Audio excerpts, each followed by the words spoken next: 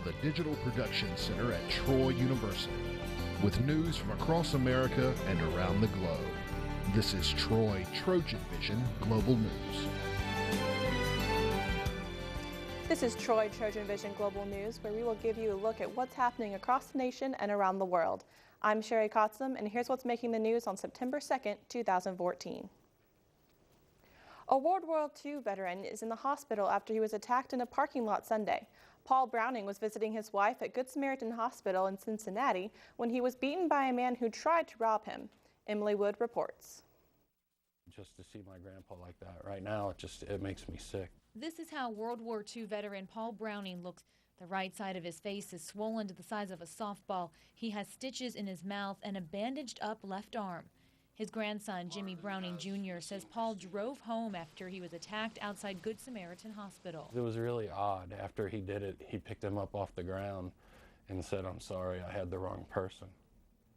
After he tried to rob his wallet, told him, "Give me your wallet," and beat him like that. About an hour after the attack, Cincinnati police arrested this man, 30-year-old Craig Phelps. Phelps is charged with attempted robbery and possession of cocaine. At first, I just wanted to hurt this guy, and now I just want the pain to go away. I don't want my grandpa to be in pain. Paul Browning was at the hospital to visit his wife of 65 years, Ilda. The couple met overseas during Paul's service in World War II. Their son Marvin says they are now both in the hospital, surrounded by family. I just feel sorry that the people out there are like this, and they've got to, go take advantage of an elderly person because of their drug habit or their problem. The father of a woman police say went on a shooting rampage with her husband in Las Vegas visited the scene of the crime for the first time. It was nearly 3 months ago that police say Amanda Miller and her husband Jared Miller shot and killed 2 police officers. According to investigators, Miller later took her own life during a shootout with police, and her husband was killed by police gunfire. Aaron Drawhorn spoke to Amanda Miller's father. He tears up and paces in the parking lot smoking a cigarette. Visiting this Walmart is not easy for Todd Woodruff. I feel like a lot of hurt. But coming here from Indiana is part of his healing after so much heartache. It's hard to describe.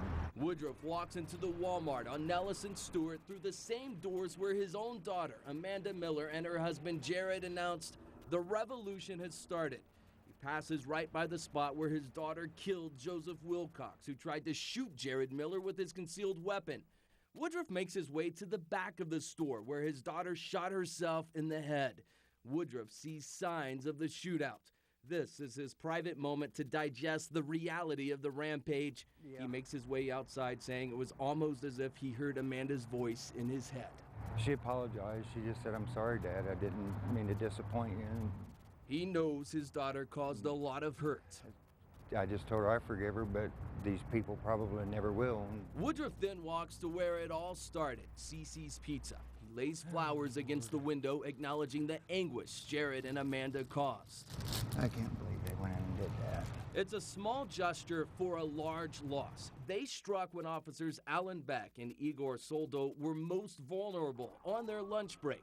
Woodruff says he will never forget the 3 innocent victims. I can see their faces right now. To the families and to the Metro Police Department, I can't tell them I'm sorry enough for her. I think about it every day. He also thinks about how his daughter went astray, blaming Jared Miller for brainwashing her with his anti-government rhetoric. We were so against that marriage, that I just threw up just before I walked her down the aisle. This journey is not only part of Woodruff's closure, but he also came here to get Amanda's 2 cats who've been at a foster home. Remember me? The cats' lives were spared that fateful Sunday morning when the Millers left their downtown apartment. Somebody's been taking awful good care of you. For Woodruff, seeing Leo and Oreo again brings a little happiness to his face after so much hurt. He brings the felines home to Indiana, ending his trip on a high note after a sobering day. A 15-year-old Florida boy is accused of killing his mother. Authorities found the body of the 42-year-old woman on Sunday. She had been reported missing on August 24th. The teen made his first appearance in court on Monday. Tara Molina has the story. Lee County crime scene investigators at the house 24 hours after Tamara Davis's body was found. We talked to neighbors last night who say the smell tipped them off. And I told him, I said, sir, I believe that her body's in there. Tamara Davis was reported missing from her Capitol Street home about a week ago. But neighbors are saying you could smell a strong odor coming from the home days before authorities found her body just yesterday. And I said, that is death smell. I know death smell, that's death. Well, it got stronger and stronger to where it went from over there all the way to the corner. According to police, after several interviews, the 15-year-old, who we aren't identifying because of his age, was taken into custody and charged with homicide. Fournier Corner's cameras were rolling as he made his first appearance before a Lee County judge this morning. He's eligible for 21 days of secure detention, where he invoked his Fifth Amendment right, not speaking. Constitutional right to not speak to anyone anymore without his attorney present. I spoke with Southwest Florida criminal defense attorney Stuart Pepper about what we can expect next. I'm sure his defense lawyer will try to suppress his interview with the police and maybe plead insanity, depending upon the facts of the case. Right now, the 15-year-old is charged with second-degree murder without premeditation. But Pepper says that could change, like we've seen before. It could be increased to first-degree murder, as it was with Yoel Munoz. When he was arrested as a juvenile, it was second-degree depraved homicide. When the grand jury indicted him, it became first-degree murder. Pepper checked out the booking report. That's the only information we have right now, telling me he needs more details to speak directly about this case, like how Davis was killed. But he says one thing stands out. Ultimate question is, did it have to happen? You know, if this was not self-defense, then this person should pay the ultimate price, or whatever the law can impose on her. Tara Molina, Fox 4 in your corner. ISIS has issued another threat and has appeared to have killed another journalist. We'll have that and more here on Trojan Vision Global News. With more news from across the nation and around the globe, Trojan Vision will return in 2 minutes.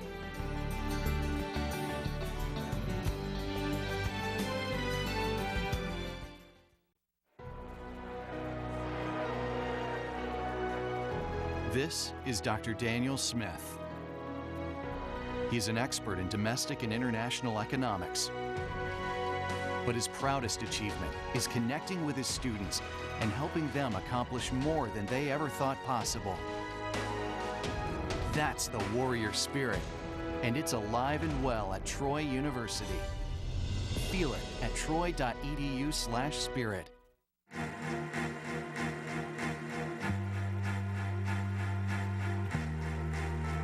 Coming home can be hard if you're a veteran of Iraq or Afghanistan. You may feel like you're all alone. But you're not alone. At iava.org, your fellow vets are all around you.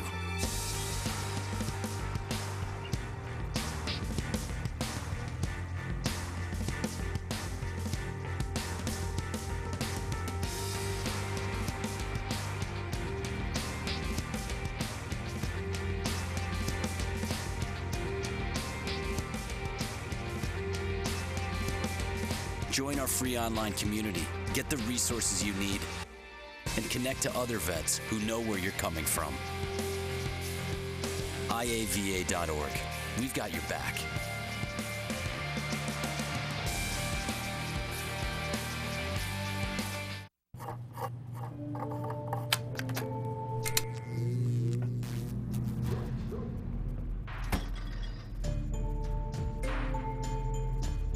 Traditional light bulbs actually generate 9 times more heat than light.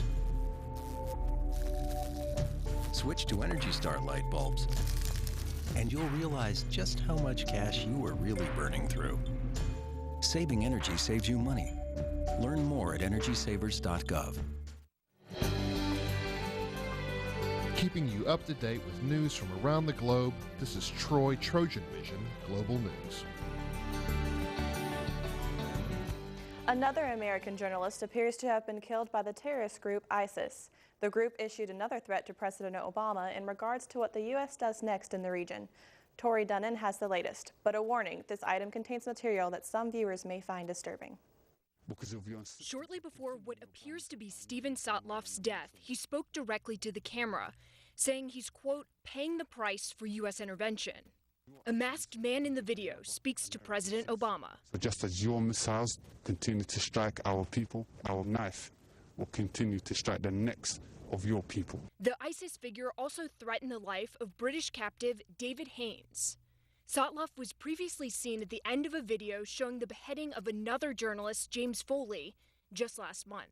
Shortly after this video was released, a State Department spokesperson said the intelligence community is working to confirm its authenticity.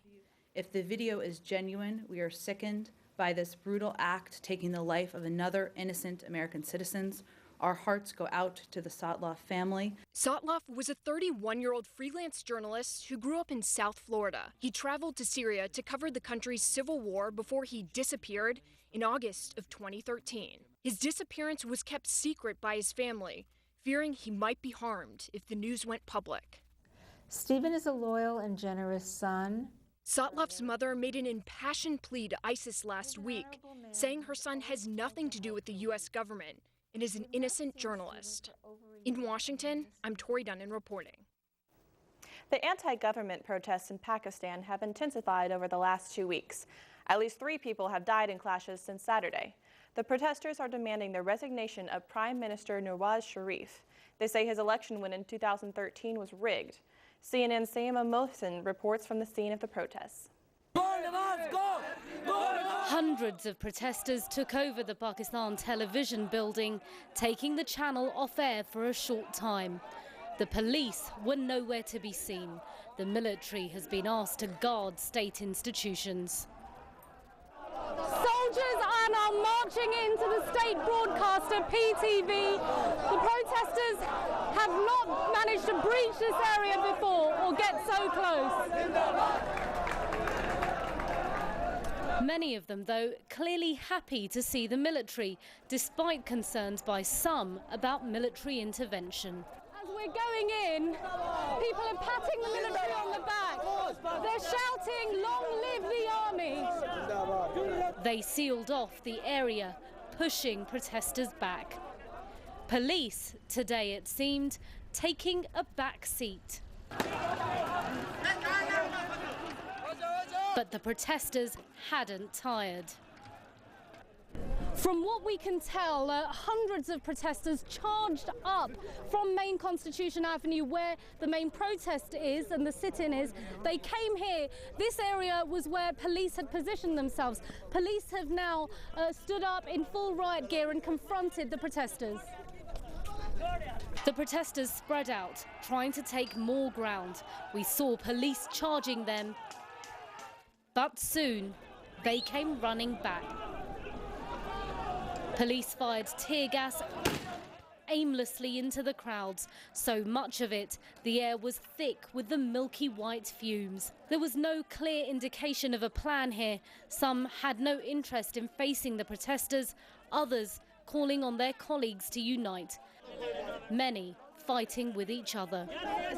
We saw protesters with chains, handcuffs, and even a noose meant, they told me, for the Prime Minister, who says stepping down is out of the question. Sayama Mohsin, CNN, Islamabad, Pakistan. U.S. airstrikes have helped break an ISIS siege in Iraq. The Sunni extremist group had surrounded the town of Amarili. A U.S. official said a massacre of a minority ethnic group was imminent. Mary Maloney reports from Atlanta. We have to protect Americans. That's the #1 issue. The U.S. is continuing airstrikes in Iraq. Sunday, officials announced the U.S. had hit ISIS targets near the town of Amarili. The town of about 20,000 is home to many of Iraq's Shiite Turkmen, an ethnic minority facing massacre from ISIS. We got into Iraq because we had humanitarian issues that we had to deal with, and because we have to, in our ways, we have to stop ISIS. It's a very dangerous group of people.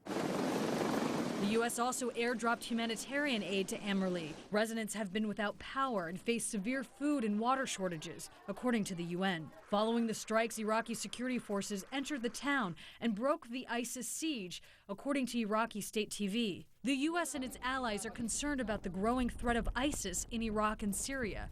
Friday, British Prime Minister David Cameron announced the UK would raise its terror threat level to severe. At home, President Barack Obama is facing criticism that the U.S. doesn't have a plan to combat ISIS in Syria.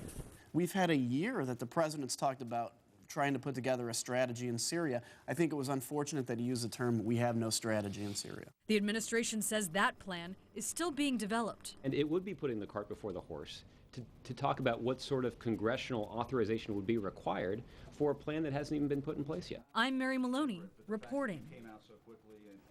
In today's world, it seems all of your information is accessible online.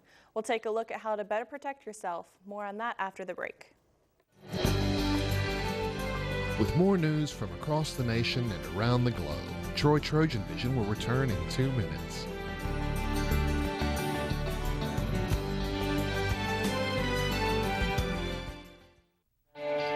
We are America's swim team, united by goggle marks, dry skin, and webbed feet. Separated by seconds. Bound by friendships. We have superhuman powers, superhuman lungs, superhuman strength. And we love that after the chlorine wears off and the water drains from our ears, we are still America's swim team. I am. I am. I am. I am. I am. We are America's swim team. You know me as Summer Sanders, Olympic gold medalist and broadcaster, but to them, I'm just mom. When I put them in the pool, it was not for Olympic glory. It was for safety, first and foremost, for fun, for friends, and a healthy lifestyle. I always knew I'd get my kids involved in swimming. Get yours involved too. Visit swimtoday.org. Get them started now. NFC, AFC, offensive linemen, defensive tackles, quarterbacks, and cornerbacks are all working with United Way for a million little reasons. The kids of our communities. To ensure their academic success all the way to graduation day. You see, it takes about 12 years to create a graduate, but it takes the same time to create a dropout. And the difference between a kid becoming one or the other could be a professional athlete or it could be you. Studies showed the earlier we get to kids, the better their chances. So become a United Way volunteer reader, tutor, or mentor, and make a difference in the life of a child, for the life of that child. Give. Advocate. Volunteer. Live united.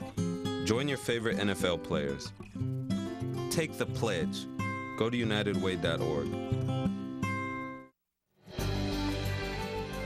Now, news for your life from Troy Trojan Vision Global News. It's a time many fans wait for all year, and it's finally here in full force. Football. If you're planning to tailgate, plan ahead to keep free from foodborne illnesses all season long.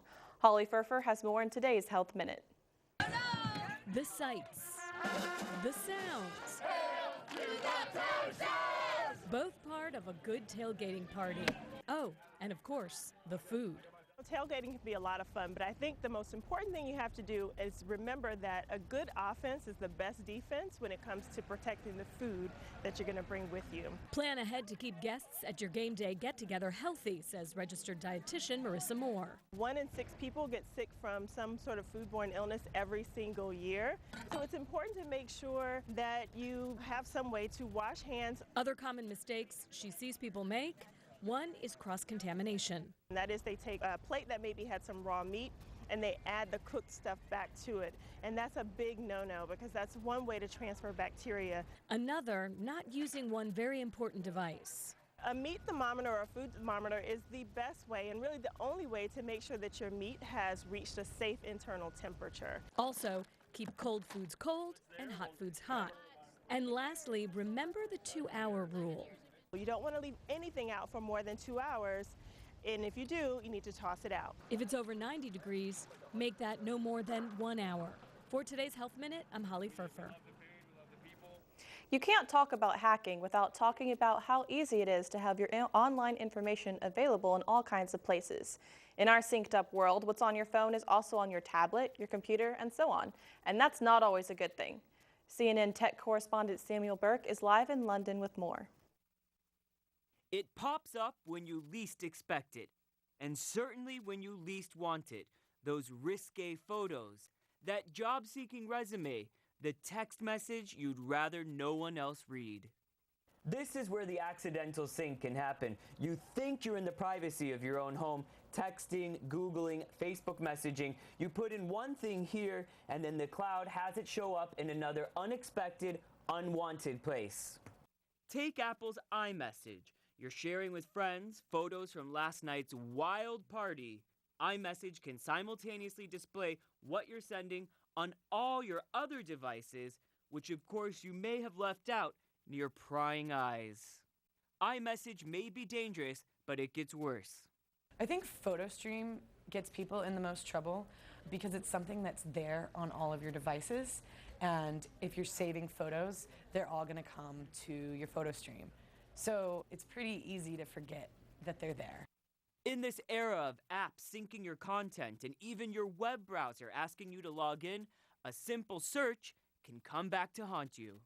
Back at home, you Google something personal on your laptop. The next day, that search appears on your work computer. In this world where you never quite know what or where something will pop up, there's one piece of digital etiquette we should all abide by. So if you are showing me a photo and you hand me your iPad, I'm going to look at that photo and I'm going to hand your device back. Don't swipe. Because in the era of the accidental sync, you never know what'll pop up next. Labor Day weekend may have been the final long weekend of summer, but fall offers many opportunities to get away, and usually at lower prices. Karen Kafa has our Consumer Watch. Beach season may be drawing to a close, but fall offers plenty of opportunities to hit the road or take to the skies without the crowds and without the peak price tags.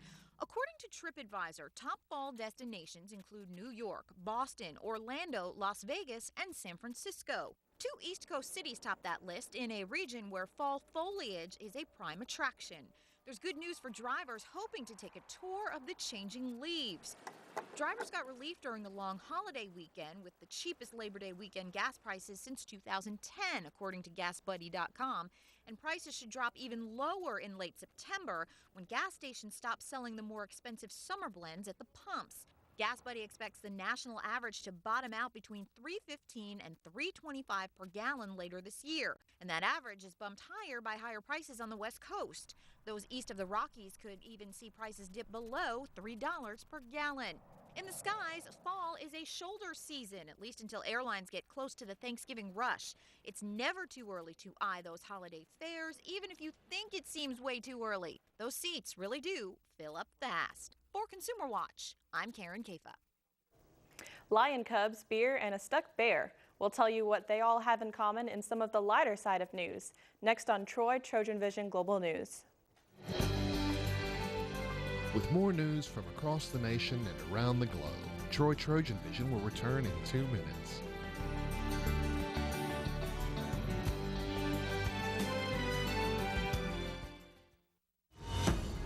The warrior spirit, it's in there. Always has been. Now let it out and take the world by fire. Train well and learn what it means to be a Troy Trojan. Walk with confidence, conquer, claim territory, and climb ladders. Know that you have the power to stand alone, but the comfort of knowing that you'll never have to. Discover your inner warrior. Find it at troy.edu/spirit. Mom, can I have $1? Yeah, it's right. I think my purse is upstairs on the bed. It's not here. Check the dining room. No. What about your sister's room? It's not there either. The upstairs closet? The downstairs closet? There are no more closets. Moms everywhere are finding ways to keep kids active and healthy. Get ideas, get involved, get going at letsmove.gov. Do you like this top? It's so gay. Really? Yeah, it's totally gay. You know, you really shouldn't say that. Say what? Well, say that something's gay when you mean it's bad. It's insulting. What if every time something was bad, everybody said, "Oh, that's so girl wearing a skirt as a top"? Oh, you are. Those are cute jeans, though. When you say that's so gay, do you realize what you say? Knock it off.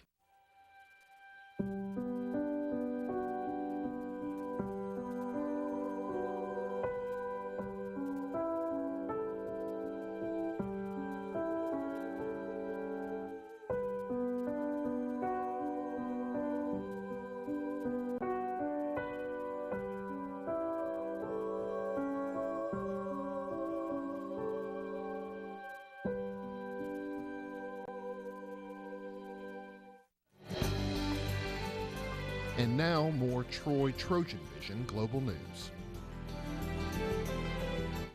Passengers are sharing their stories after a mid-air scare. It happened on an Allegiant Air flight from Grand Rapids, Michigan to Orlando. Evan Lebert has the story. The Allegiant Airlines plane with most of those passengers from the diverted flight touched down here in Sanford just before 1. Tonight, those passengers are recounting what they call a terrifying experience. Passenger Dominic Clark shared this cell phone video he took as he and other passengers gasped for air inside the cabin of an Allegiant flight Sunday night. In the video, you see Clark and his sisters breathing with oxygen masks that had just dropped from the ceiling. I knew something was wrong when my air started popping and my chest started locked up a little bit. And the thing dropped from the ceiling. Allegiant Air says nearly 2 hours into the flight from Grand Rapids, Michigan to Orlando, there was a sudden change in cabin pressure, a horrifying experience for this first-time flyer and his sister. I thought we were going to just go down. So Alicia Clark braced for the worst. All I did was put my head between my legs and just waited till we landed. The plane was diverted to Greenville, South Carolina because of the emergency, and most of those passengers got to Sanford on another flight this afternoon. They got us here safe. We're here today. We're home. Thank God. Many of the passengers on the scary flight say even though no one was hurt, they're uneasy about taking to the skies again. I'm done with planes, I think. What? I'll take a bus. And according to the airline, they have given those passengers a refund as well as a travel voucher. They also paid for their hotel. Reporting in Sanford, Evan Lambert, Local 6. DragonCon wrapped up yesterday, bringing an end to the convention and a weekend of wild costumes in Atlanta, Georgia.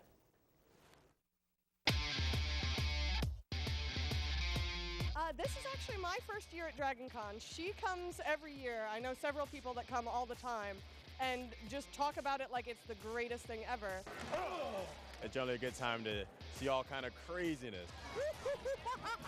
Get a lot of great costumes, but a lot of the same. So we're like, what's something different that we haven't seen at the convention? So that's why we decided to do Ace and Gary from the Ambiguously Gay Duo.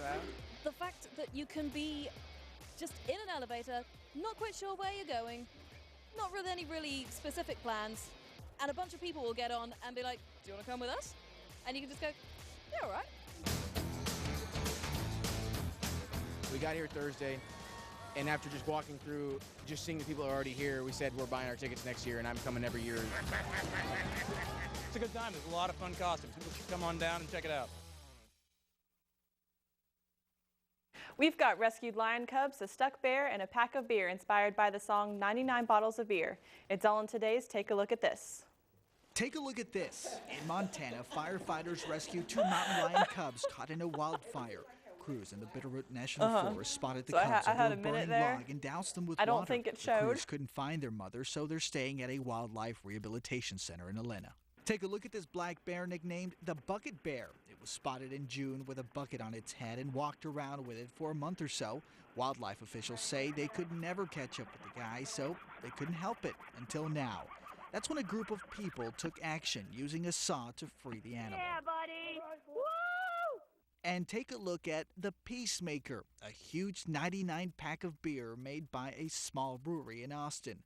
You'll need a big ice chest or 2. The case of Peacemaker Ale is 7 feet long and costs $99. Austin Beer Works made only 20 of them and they sold out within a day. The brewery plans to make another run of the 99 packs very soon. For Take a Look at This, I'm Polo Sandoval. And that wraps things up for us here on Trojan Vision Global News. For a look at what's going on a little closer to home, stay tuned for Troy Trojan Vision Nightly News. I'm Sherry Kotzum. Thanks for joining us. Stay tuned for more news after this on Troy Trojan Vision.